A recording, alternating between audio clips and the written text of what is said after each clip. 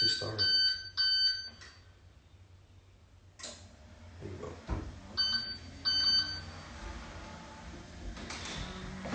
I am vested up, 75 pounds.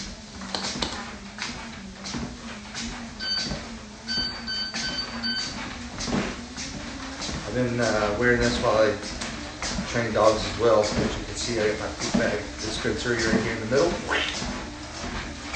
So it could be a good pooper picker upper.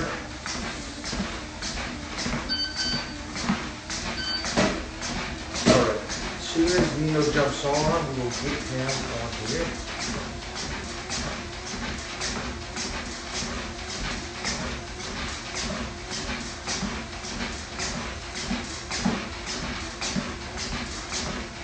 I do have that on my chest, but it's quick.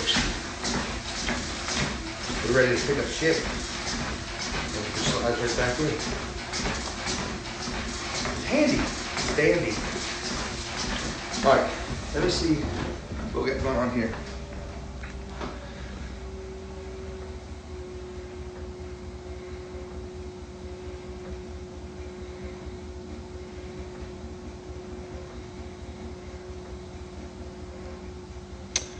Let's see if, where's Nino at?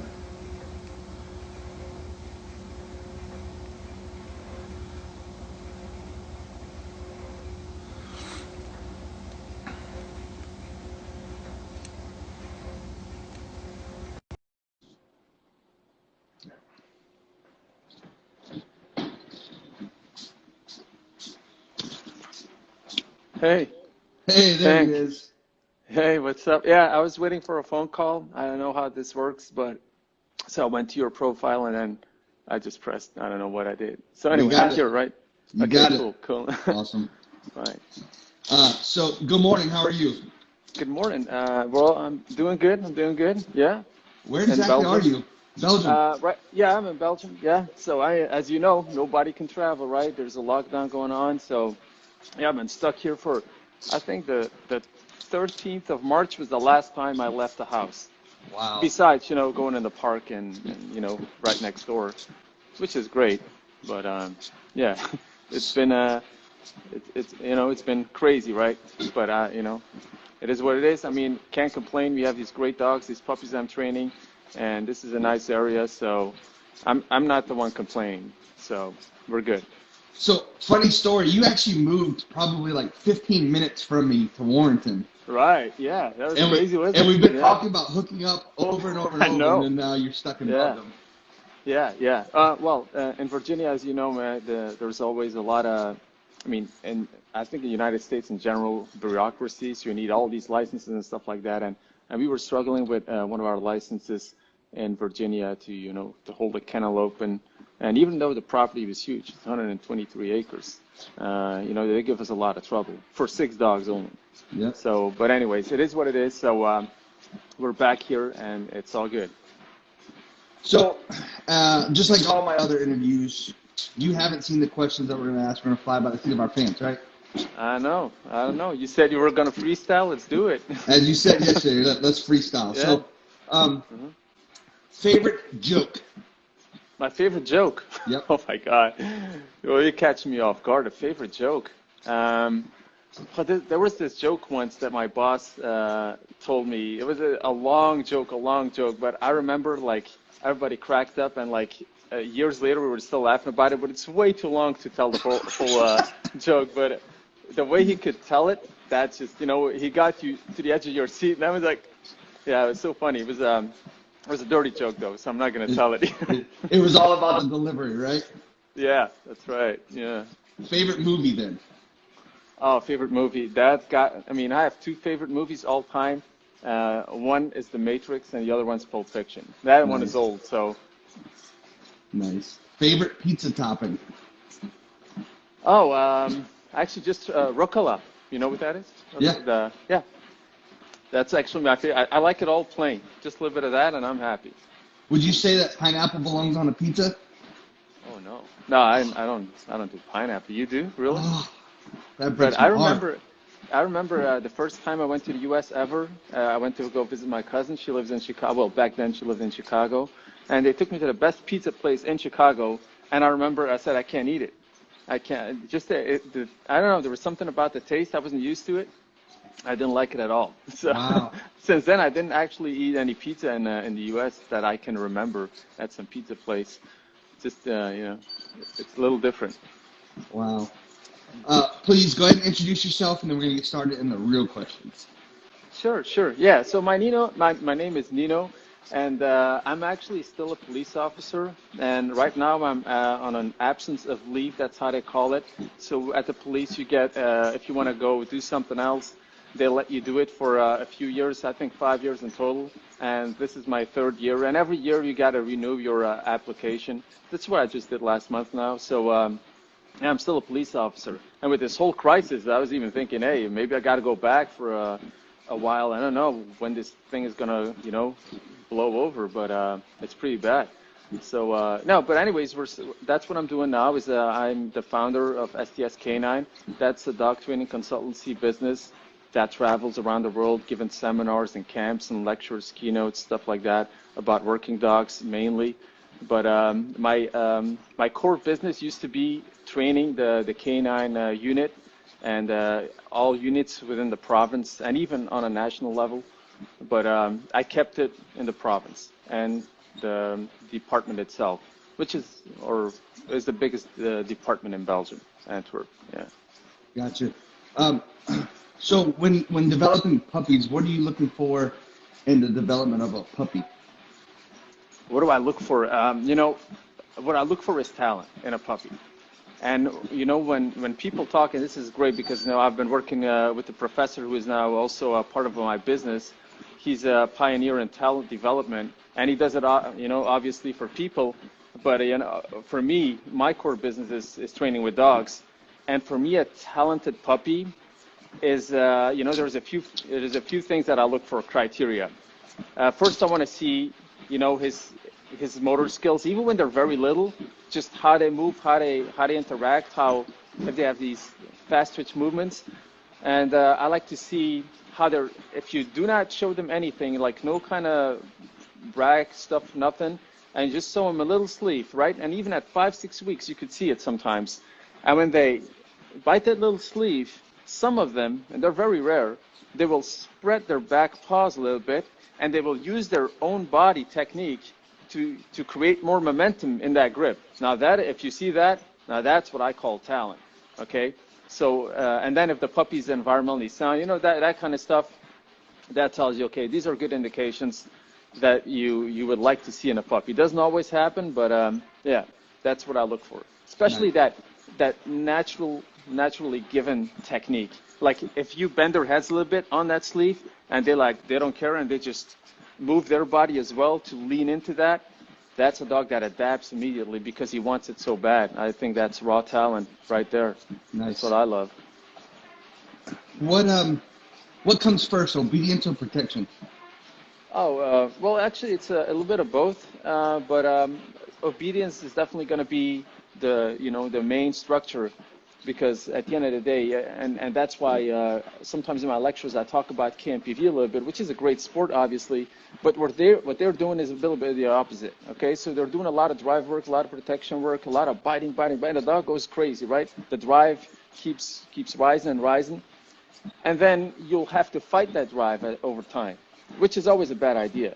So I like it to be, the technical stuff and obedience, technical stuff, right? That's what I train. And now and then he gets the bite. And me and Mario Verstappen, who's a 6-time world champion in IGP, and I respect him a lot. He's a very, very smart, intelligent, great trainer, talented. And we had a discussion about this as well. And maybe you want to hear his answer too, because it's really interesting. He said, as soon as I see a dog has the ability, the talent to grip something that you could just see, right? If you have experience, you could just see this dog's going to be good at it. He just lets it go for a while. And then he focuses completely on the obedience. And I totally get that.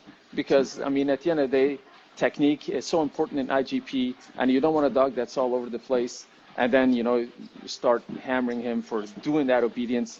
So obedience is definitely, let's say in my case, it would be 70-30. 70% obedience, 30% protection. So do you think, because obviously who you talk to, you get different answers on that. Three things trainers will agree on is that everybody else is wrong, right? So Yeah. do you think it's because they've had to settle and work with what they've worked with, so maybe they have to choose which one they go harder on?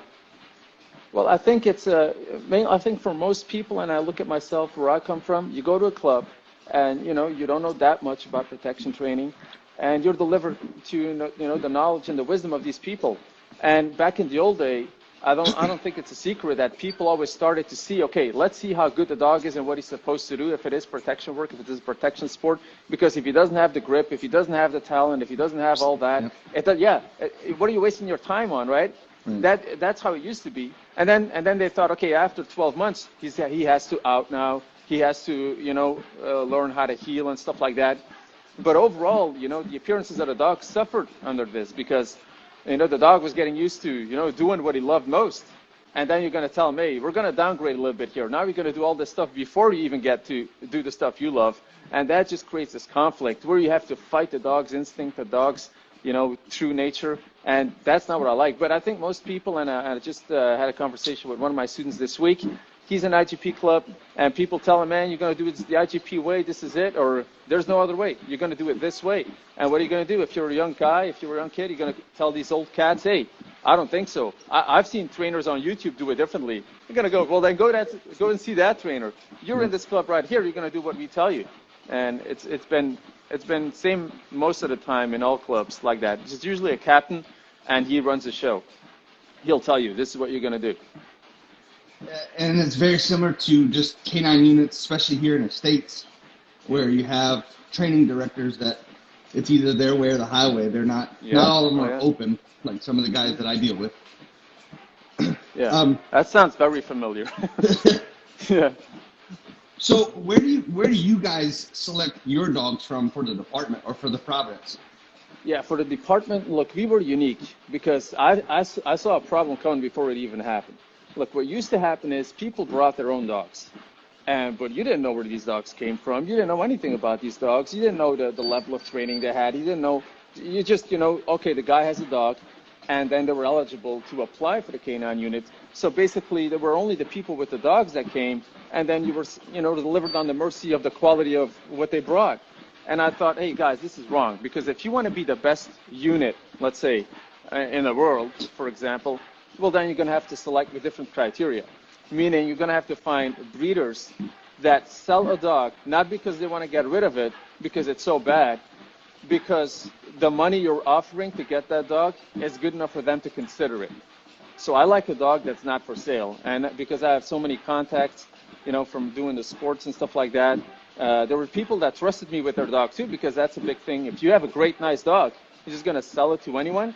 But if most of the people knew, okay, he's going to Nino's department, they're going to take care of this dog, they're going to make it a really good dog.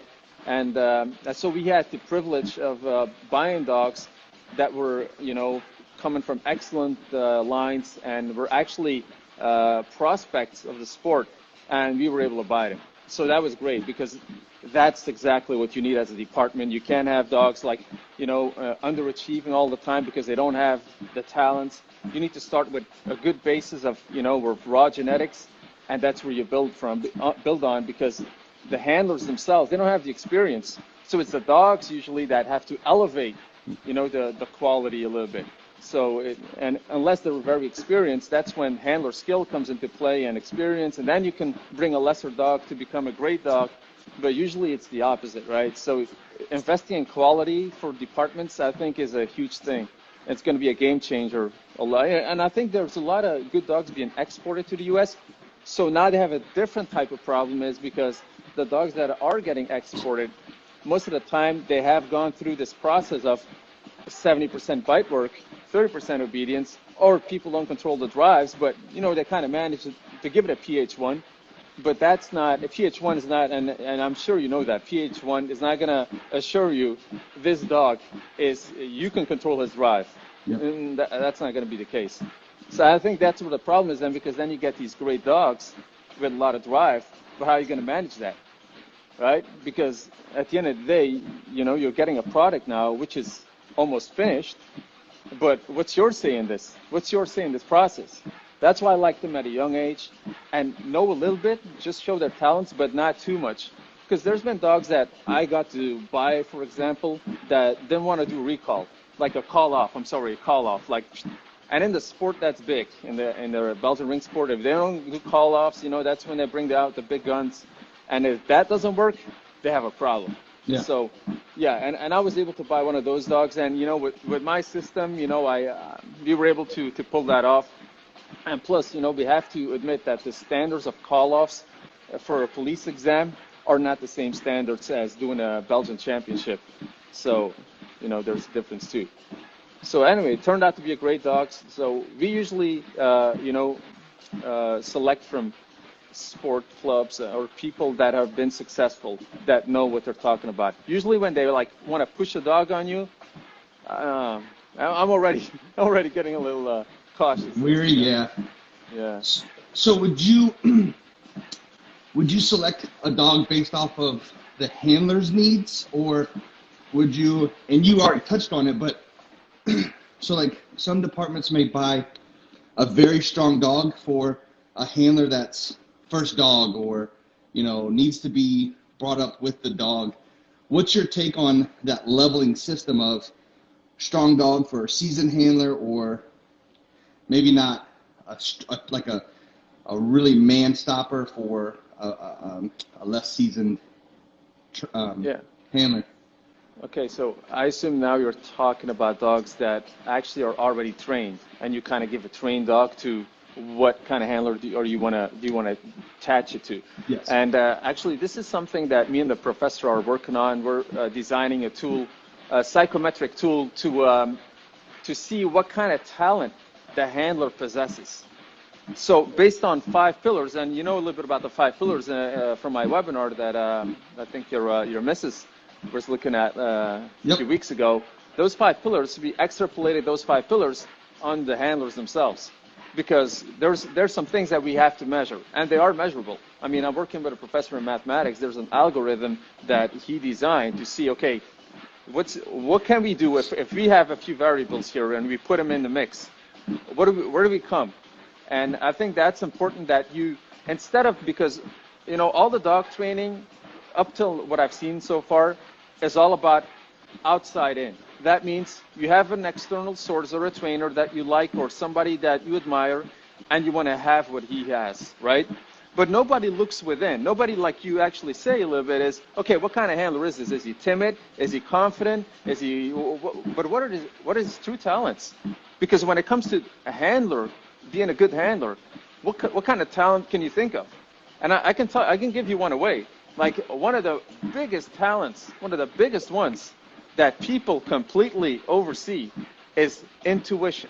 And what is intuition? It's not your gut feeling. Intuition is your imagination, you foreseeing the future of stuff that you're doing with this dog before it even happens.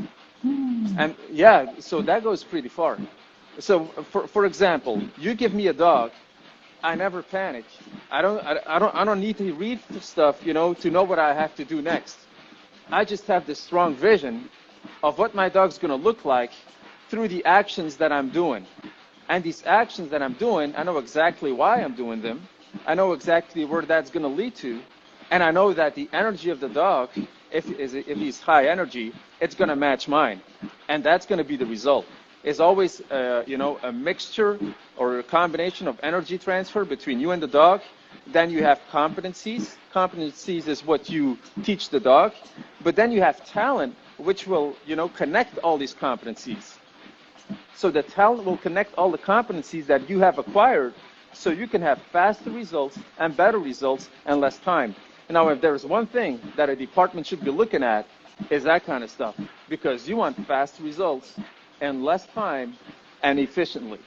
You don't want a guy that's stuck in training for 2 years and never becomes a dog handler. Mm-hmm. And same goes for the dog. So I think, we're working on some good stuff here, because, the professor worked with Mario. He worked with, with Olympians. He's an ex-Olympian himself. He knows exactly what talent is. He's been a pioneer on talent development in Belgium. So for him to, wrap his head around all this dog stuff, when it comes to talent development, it's huge. It's going to be a game changer for sure. Yeah, I'm so excited about this. And I think it's just what we needed because, like I said, even me, even you, everybody looks like, what do you want your dog to do? And we have these examples, and then we go and do the how to do it. And then we just train how we think it should be done. And why does that never work? Because it's not about you. It's not, what kind of person are you? I'm telling you, if you go and train with the world champion IGP, 6-time world champion IGP, and his system, his methodology does not match your personal driver, your personality, the way you are built from within, it's not going to work. You could spend 10 years with him. You'll not be able to pull off what he does. You see, so it's on a different level than just, okay, here's a DVD, how to do it. Right. That doesn't work. People always tell me, where's tutorials? I need tutorials. I need all of it. I need to download your brain. No, you do not.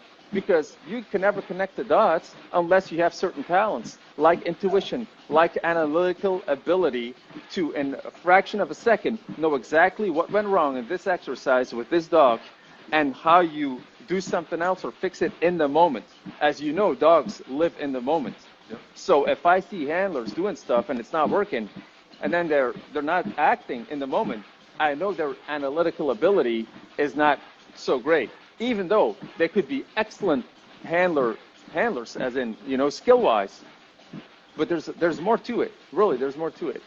So, does that make sense to you? Yeah, my mind is like, all right, that's good. Yeah, so I went with I took the professor to California with me in February, and for weeks, we stayed up all night talking about this kind of stuff because we're so passionate. And passion, what is passion, by the way? Passion is the energy that fuels your talent. So you can have somebody super talented, but if he doesn't have the passion, which happens a lot, by the way, you're not going to get anywhere. And let's say you have the talent and you have some passion for it, but you don't have grit. You don't want to put in that work. What all people always talk about is putting in that work. Well, then obviously talent is not relevant because at the end of the day, it's about 40% talent that matters, and all the rest is what you put in it. What you put in, especially with dog training, man. Look, it's beautiful outside. Training now is just a blessing, is a gift. But training when it's 10 below, when it rains, when it pours, when you're tired, when it's 5 in the morning, when you got the kids, you got the job going on, you got all this stuff, but you still have this aspiration to, become a good dog trainer or have a great dog, but you're now willing to go out, then talent, it becomes irrelevant. You can have all the talent. What talent has done for me, for example, is now I can train with a little bit of time, I can get a lot of results, this is what everybody wants, right? Is not spend like your whole day on this, but still get the results. As in, there's a lot of people that are super passionate, and they have so much grit. They go out every day in the cold, in the rain, in the sun. They do it every day. They're not getting results either. Why is that? No talent management. No talent management. They bought the DVD. Now they're doing all the stuff. They're passionate. But who's going to manage their talents? Who's going to coach these? So that's why there's so many. And I've had the privilege to travel around the world, and I've seen so many people struggle from all disciplines. But usually they struggle with the same stuff. It's all because they're still doing the outside-in movement, meaning always the external example that they want to implement doesn't work.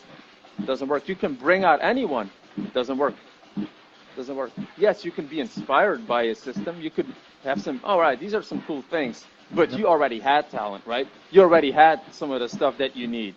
But for most people that are new, it's not going to work in a million years. Look at YouTube's filled with how to do it. Still people go, well, I can't do it. But you just showed me. I still can't do it. It's also the dog, right? Because let's say you fit in that everything you need to become a good dog handler, and talent-wise, and your passion and all that kind of stuff. But then the dog is on a different level. Let's say the dog is not genetically built to do that kind of stuff. You have a mismatch. Because you have somebody here that wants to thrive, that wants to, go out there, okay, let's get this dog. The dog doesn't want to move. The dog doesn't want to eat. The dog doesn't want to chase the ball. Oh, the dog doesn't want to do anything with a decoy. He's afraid of it.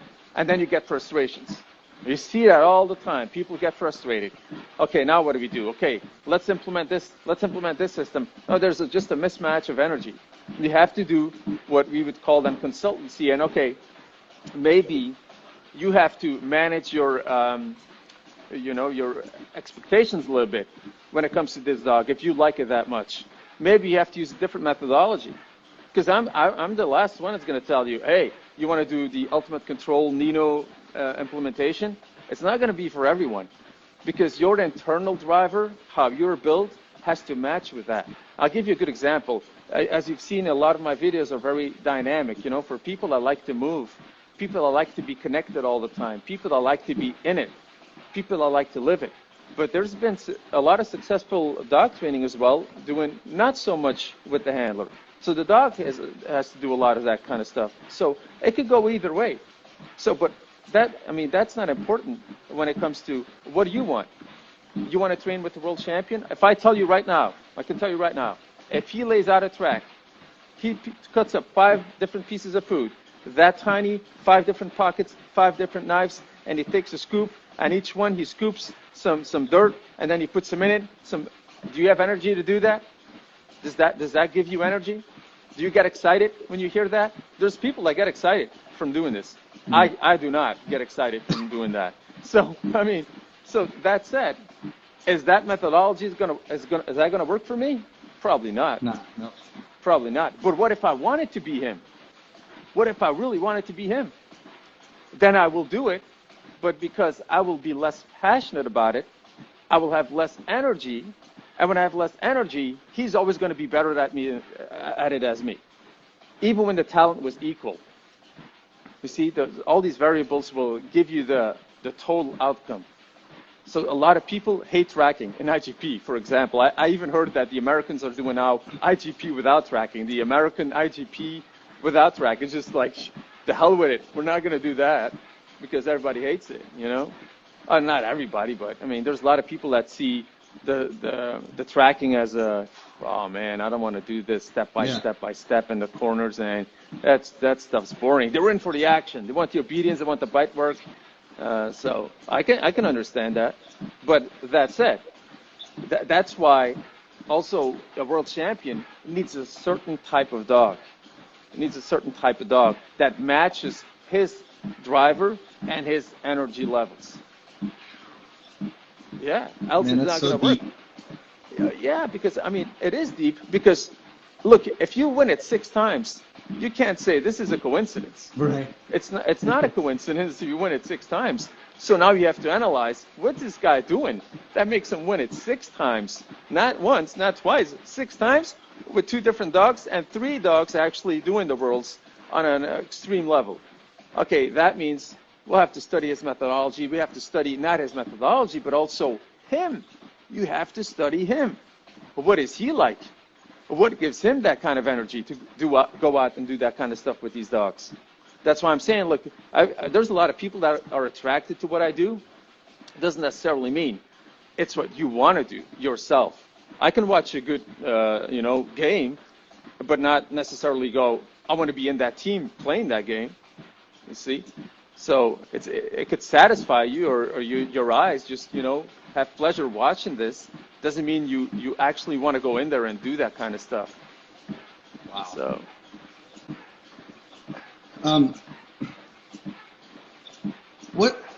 So when we talk about ultimate control and your system, what sets that apart from all other training methods? Well, at the end of the day, we're chasing the same result, which is you want a dog that's obedient. You want a dog when you say out that he outs. So the end terms are usually the same when it comes to top competitors or people that are really driven by what they do. They want excellence, right? But I think what set me apart a little bit is I tend to use the dog's natural capabilities, his natural talent. Like, for example, the whole pillar about visuals. For me, I always, and I keep saying it, it's not about you. I don't want this dog to look at me. I'll fabricate 2 exercises where this dog looks at me, or kind of, it seems to you that he looks at me, but he might be looking straight up, doesn't matter. And that's it. All the rest of it, I want this dog to be attracted to what he really loves, is that energy source. And I'd rather manage drive than make everything about me and visuals, like always look at me for confirmation, always look at me to get the release, always look at me to get the bite, because that's just overcompensating. So what I did is, over all these years, I sat down a few years ago and I went, okay, what have I been doing, and why have I been doing this? There's a big question on why. Why do you do stuff? I see so many people do stuff. When you ask them why, they look at the other guy, tell him why, and then this guy goes, hey, I don't know. It's that's just how we've been doing it. No, there is no. You have to ask the other guy, but he left the club. So anyway, we kept doing what he was doing. So the why. So what I did is I kind of divided all this stuff into visuals, into movement, drive, vocals, and grip, because that's basically the only things that you can train within dog training. So it's either he is barking, either he is in drive and low drive, high drive, he's doing protection work, he's doing tracking, he's doing whatever. Anyways, the drives always vary. Either he is moving, but then the question is, how does he move? Because, I mean, I know a lot of super obedient dogs, and still people are not happy. Why not? They don't move fast enough. They don't move clean enough. They don't move explosive enough. So there's a lot of criteria, tied to movement as well. And people always want to aim for the sky, which is great. But now you need a system. What's going to get you to that kind of appearances? And I think the way I just dissected, these pillars, and in the seminar, it's actually always condensed. And at camp, we really talk about it a whole day, about just movement alone, for example. It's, movement is the first thing you need to master, is how is this dog going to move in conjunction with me? Because all dogs will move, yes, if you teach them how to move, but in conjunction to you, it could be always a little bit too late. Like when you move, he's always a step too late. Or he always leaves a gap. He's not synced to you. He doesn't really understand your mechanics. You want to push a mechanic on him that he has not developed, causes frustration, right? All this kind of stuff. So the movement, it by itself is something that you need to wrap your head around, and you need to know exactly what you're doing and where that's going to get you. Like I said, having that intuition, having that vision of how it's going to look in the end, that's what it's about. It's not like, and people want instant gratification, get it all the time. Oh, yeah. You get a student over here, first thing you ask is, oh yeah, I see you lured. When am I going to stop luring? Well, you're going to stop luring the second that your movement and his movement are totally in sync, and dog does not have any issues flowing. That's when you're going to start thinking about fading. But they come here, they want to stop fading, but they have not even started luring, for example. So, and same goes with the collar, and same goes with everything. The people want it all. They want it all, and why? It's that lack of intuition. That's lack of intuition. Always, because at the end of the day, I had a dog now, 6 months. Was he doing the kind of stuff as my previous dog? No. But I didn't panic for 1 second. Not 1 second. Because I knew maybe he'll take 1 month longer, maybe 2 months, but he is going to look the same and do the same. That's for sure. Because his capacities, or what I've been saying all the time, is his talents are not the same as Rocky's talents or Cody's talents or Enzo's talent. So it'll always differ a little bit. Can't be the same all the time. But the road to getting to that end goal is going to be the same. And obviously, yeah, sometimes you go off track a little bit to go back on track. Everybody has issues and ups and downs. You think I'll go out there and these puppies kill it each time? No. But that's also, staying focused, Don't worry. You're not always going to be on the high when you train these little puppies. Sometimes they have a low. And then you got to go, okay, suck it up. It's going to be all right. And just believe in it. But in order to believe in something, you got to have good comprehension of what you're doing. And you got to have a clear image. This is how I want things to look. And usually when people get to the point where it then should look how it was supposed to look, all of a sudden they go well, that doesn't look how I wanted it to look. How do we fix this? Do you hear it? How do we fix? There is no fixing. There's only creating. So now when you're going into the fixing business, that's bad, man. Because I don't know, if there's one thing that dogs struggle with is, but you said A was okay yesterday, and now A means B. I mean, that's confusing. I mean, let's say your dog has always been used to healing with a huge gap or this gap, and now you say he's got to move closer. He'll go, what are you talking about? We need this gap. That's how we've been running. That's how we've been rolling all the time. And then you close the gap, and he gets like, what's going on here? He tries to fight it. And that's when you get the frustration from both sides, for sure. The dog's confused. Handler goes, what's wrong with this dog? Why doesn't he listen? Well, it's not about listening. It's about moving, but he just doesn't know how to move in that fashion. Because you just had this new idea. Doesn't mean he's going to change his ideas. And that's why, I call my class Puppy University, because obviously when you do it with a puppy, you can do it spot on from the day you start. And it's all going to be on you. No blame game here. It's you, right? Because a lot of people that get dogs, they say, yeah, it was the other guy. He screwed up. Well, when you get a puppy, there's no more blame game. And it's it always, you. Yeah. Oh, yeah, and it always humbles you so much, because the puppy doesn't care what dog you have in the other kennel that could kill it. He doesn't care about any of that. He's like, what are you going to do right now? How are you going to make him move right now at this point and this moment to be exactly the dog that you have in the kennel next door? And he doesn't care. It's about what you do. Nobody can kick his feet back in this business and say, I made it. This is it. I made it. Give me any dog. No, man. You got to go back to back, meaning get on your knees, get dirty, cut up the food, get out, the dog with the leash again, and do it all over again. You see, this is not a trade that once you did it, you're set for life. And same goes with all the lure and stuff. People lure, and then the dog knows all this stuff, and then they say, okay, we don't need it. They buy a new dog. This has happened to me myself with my second dog. And I'm like, well, how did I do this? I can't even recall how I did this because it's been so long. And then that's when it struck me, and I went, man, you can't just, once you've developed a skill, you can't just let it go and then hope for the best when you get the new dog. You got to maintain that skill.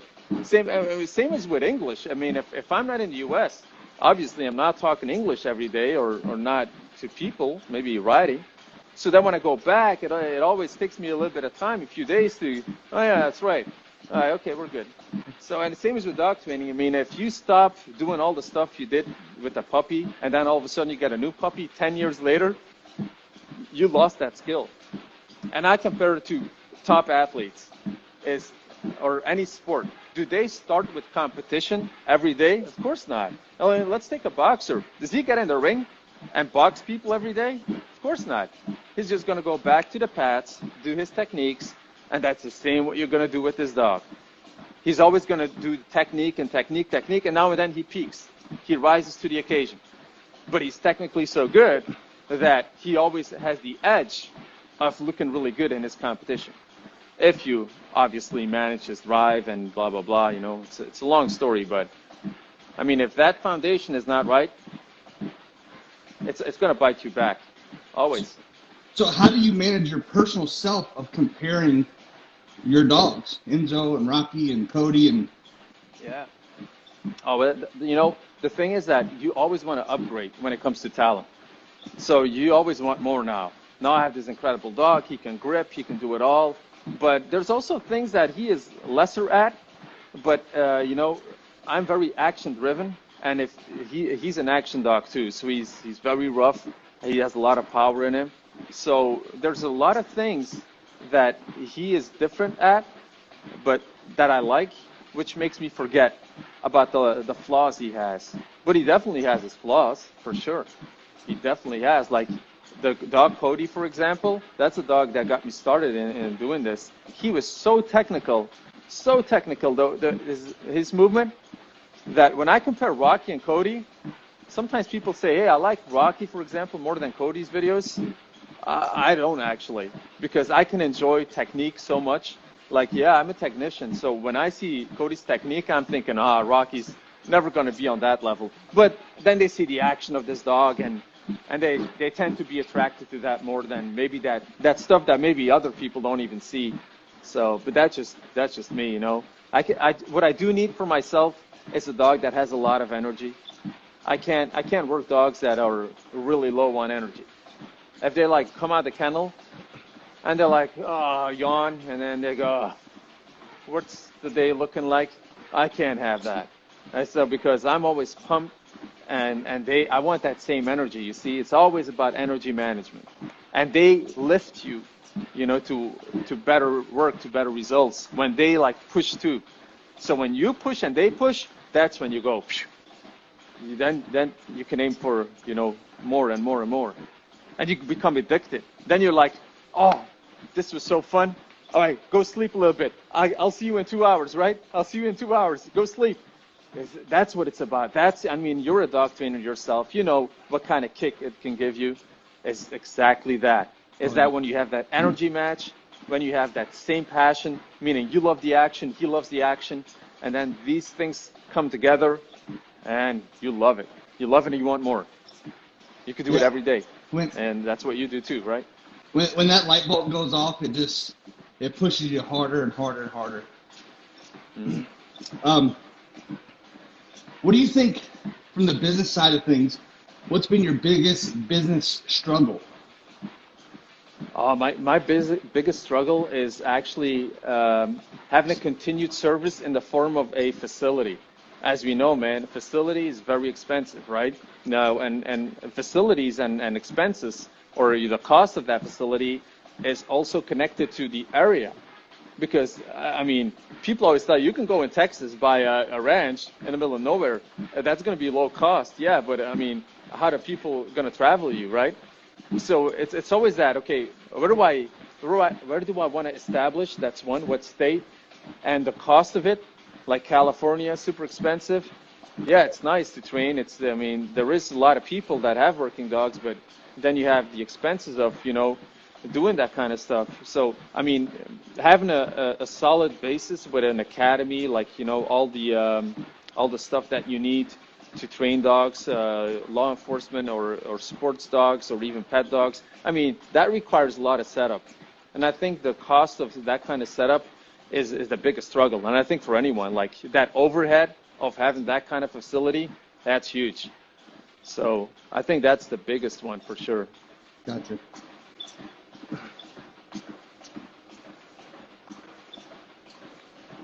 What's one thing that you learned along the way that you wish you could go back and do sooner, as far as whether it be forming the 5 pillars or anything, just training in general?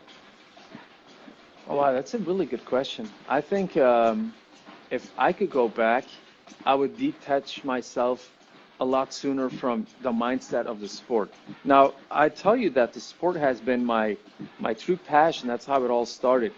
But it gets you that fixed mindset because you only see the goals of that sport. And you kind of tend to go into that box again of, oh, this is how we do ascend away, this is how we do jumps, and you don't look to anything else anymore. Like French ring has incredible things. They have a tradition over decades and decades, but you don't care because you're doing Belgian ring, right? What do you care about French ring? But there's some really good stuff in there as well. And same goes for Belgian ring when it comes to grip development, and same goes for Mondial ring. People have gotten really better over the last decades in training dogs.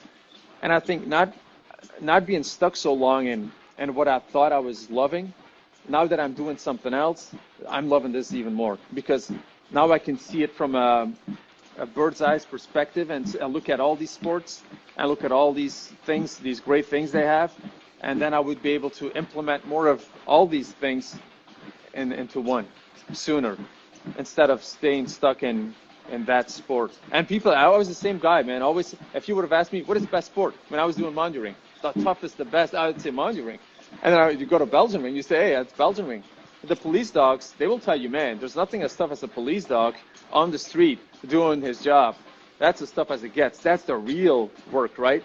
So, everybody protects his game a little bit or his sport, and I get that. But now that I've passed beyond that phase, I'm like, yeah, I should have done that sooner. Just like, man, it's all right.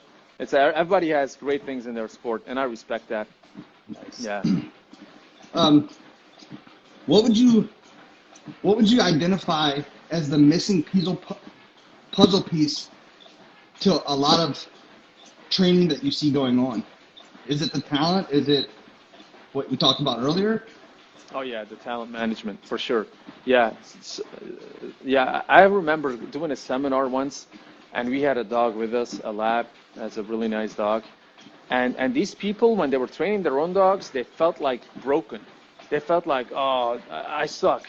I really suck at this. You know, you could feel the energy drain. You bring in that dog. You say, okay, I'll work this dog. All of a sudden, the energy went up. Like they were getting confident. The dog was pushing them to another level just because it had a little bit more technique. It had a little bit more natural drive. And these people, like, they were actually good. But they would never know because there was a mismatch of energy. And because they were so stuck on, okay, Nino's how, let me implement Nino's how with this dog. And it wasn't going to work. Because obviously the ultimate control is based on working dogs. And if you come with a full pet dog, for example, you need to alter this. You need to, get rid of some stuff and you can't just do a copy paste. So, and then it depends on, okay, what does this handler want? Does he want some kind of Iraqi, that kind of dog? Or does he want just an obedient pet? Okay, and what is he like? He needs maybe a different dog if he has different expectations. So just managing on to the core of what people are and what people want, I think that is maybe the biggest take or the biggest change that can happen over the years now is go more to the level of the B level instead of the how level. We've all seen the hows, man, and there's so many hows. You can't say that the people you've had on the show before were not good at what they do. I mean, everybody has excellent hows. And everybody puts his own piece of work in it. It's all good, but that's where it stops. So then it's either you adapt to that or nothing happens. And I think we can't just let it slip like that. And that's when the professor comes in, and I really like that because that is coaching. That's what coaching is about, is not letting go of people that maybe don't fit this, but you can still help them. You can still coach them and be in something they really want to be. But then you just have to create something else for them. Customize it. I don't believe in mainstream. A lot of people ask me, when are you going to make a DVD? I would only make it if they keep asking me, really, because I really believe in training that is customized to the dog and the person behind it. Nice. Does that make sense to you? Yeah, absolutely. Man, I've got so many more good questions. Oh, wow, it's already 10 to 1. Hey, tell me if I talk too much. Because... No, it's perfect, man. This is awesome. Explain to me the statement, the pursuit of dog mastery. Mm-hmm. The pursuit of dog mastery. So what is it that, if I would ask you, it's a question I can reverse. What for you is dog mastery? What do you want to pursue when you go and get your dog out in the morning? What are you after? Are you after a title? Are you after just this symphony of movement? Are you after synchronization? There's so many people that have different, expectations. And I think mastery is when you can do them, realize these expectations, complete them without struggling. That's when it becomes mastery, is when you feel like, I don't really have to dig deep to get this done. I can enjoy it now. I can enjoy it because, as you know, training a young dog, that's not the most enjoyable thing always, especially when they become like 6, 7, 8, 9 months, That's the hardest part because you're going to have to multitask with all these leashes and collars and stuff like that, and it's going to be all over. That's not the moments you enjoy most. So, but when you get to dog mastery, that's when you go like, I've done this. I've been through it. I can go back to it without a problem because remember, you're not going to let go of that skill, right? It's not because you've done it, you will be able to keep doing it. So dog mastery is just that you can complete your mission and enjoy it without hurting the dog, without hurting yourself by pushing too hard to get it done. So that's awesome. What I would call dog mastery. As an instructor, as the founder of Ultimate Control, when you see guys like Calvin and James performing beautifully in sync with their dogs, showing off the results of the system, what does that mean to you from that instructor standpoint? I can tell you hands down, that's the best part about being a dog coach now, being a dog trainer coach, and not a dog trainer. To be honest with you, I can enjoy that now even more than training with my dog. Wow. Just the joy these people get from getting to something like we then just call dog mastery. They do it with ease, and you could feel that they enjoy it and they love it. I mean, that's the best thing. I love these student spotlights now. These people are killing it. They're actually doing such a good job. I'm thinking, yeah, this is what it's about. And so I can get more out of the spotlight because it's always been Nino and his videos for over a decade. I've been doing this video thing for since 2007. I've been posting videos of me and my dog. And now it's a privilege to finally show people and their dog and showing what they love, and not the dog doesn't look like it's getting stomped. They look like they're enjoying it. I think that's the most fun thing. Yeah, I really enjoy it. I'm so grateful that they want to share these videos with me, and yeah, I love it. It's been an honor. And Calvin, he's very, very talented. He's a good mover, as you know. I always say, man, the way you move is going to define a whole lot how this dog's going to move. He's a very good mover. Now, of course, it's one pillar, right? Yep. But he also, he has good management of all the other pillars as well. So, and that's when it all comes together is, okay, can you do it in the super high drive? Can you do, and obviously it's always going to get in work. There's a good friend of mine that says, hey, when are you going to compete again?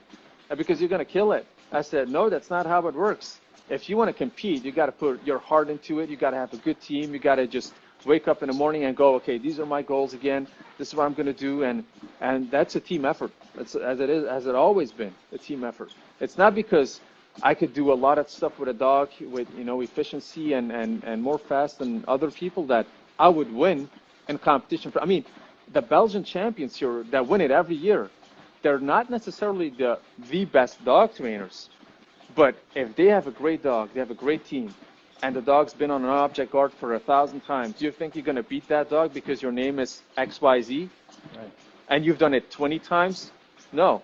That dog that's done the object guard with good genetics, he's still gonna beat your ass, basically. Yeah. So if you want to beat him, you got to match up to his level of repetitions too, or his amount of repetitions. So if he's going out to clubs 6 times a week on different pitches with all different objects, and he's bringing his own decoy in, you better be prepared for that guy, because he's the one that's gonna win the trial for sure. Or yeah, you can't be half committed and beat somebody that's fully committed. Yeah. Oh man, no. That's why I said talent by itself is not gonna get you anywhere, because those people might not have that much talent, but the grit they put in, the discipline they put in, the output, they drive like miles and miles and miles just to go out to this specific pitch and train this specific exercise. They would sacrifice 6-7 hours just to train 30 minutes.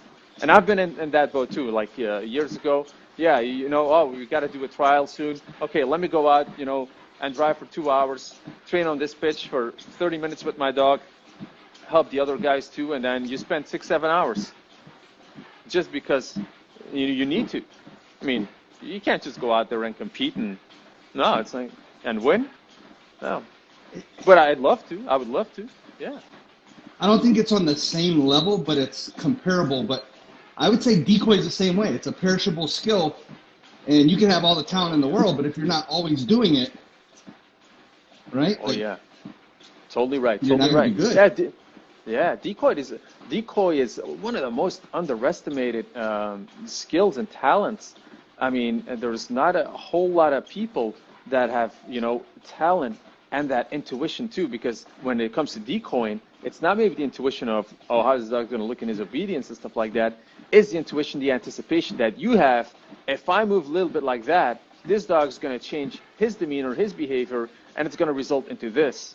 And now I'm training, now I'm going to do this. That means he's going to be stronger at a trial, but when I'm going to be acting like I'm doing a trial. I'm just going to alter a little bit of the stuff. So I have the edge on the dog. And, you know, a decoy is always thinking of, okay, what is the context? What are we doing now? What do we have in front of us? Analyze in a split second. You see, analytical ability for a decoy is up here, up here. Like in one split second, you have to, okay, now's the time to flee. Now's the time to move. Now's the time to go with the stick. Now's the time to show the flaw of the dog if you're in a trial, if you're a trial decoy. There's a lot of good trial decoys, but then you bring them out to training and you say, okay, help my dog. They can't because they're used to fighting dogs. Like in French ring, I mean, it's all about agility and being fast and accurate. And these decoys sometimes are on a top level when it comes to cardio and movement.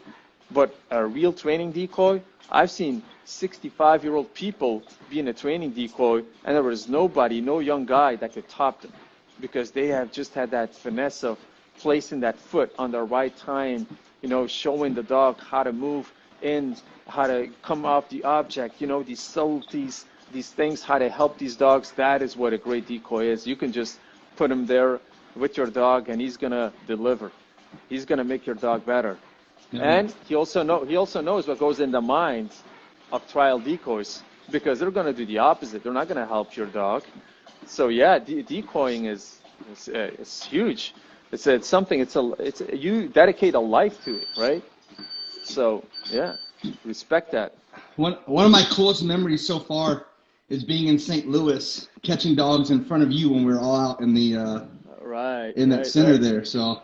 That was a beautiful center. Yeah. That's freaking awesome. So, man, we definitely have to have round two because this was amazing. Thank you.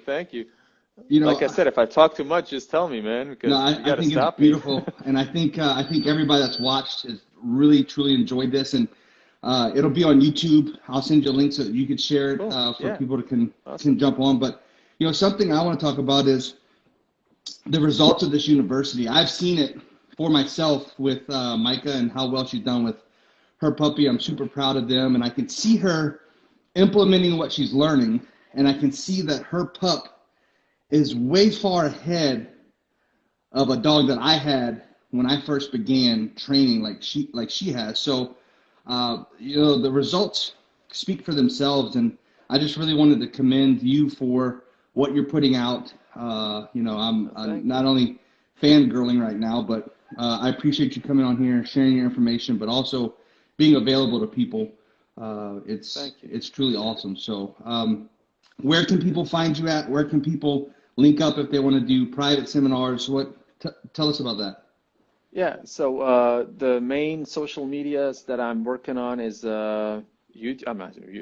YouTube is not the one. It's actually Facebook, STSK9 page, and Instagram, also STSK9. I have a YouTube channel, but I've not been posting consistently. Like, those are old videos, and sometimes like there's a little new one. But it's Facebook and Instagram, and then you have the website, STSK9.com, where you can find more about the online training and the webinars and the private training, and when the events are going to take place again, because as you know, we had to postpone or cancel most of the stuff. So yeah, that's a little bit on the far side, but yeah, we'll get back to it as soon as we stay healthy, all, and this thing gets better globally. Yeah, we're going to be back in the U.S. doing some training camps and seminars. So I look forward to that. And thank you, Tank, for having me on your show. I really enjoyed it. Look, if I can talk about dogs, I could do it all day, right? So it's been an honor for me to be able to give me that platform to talk about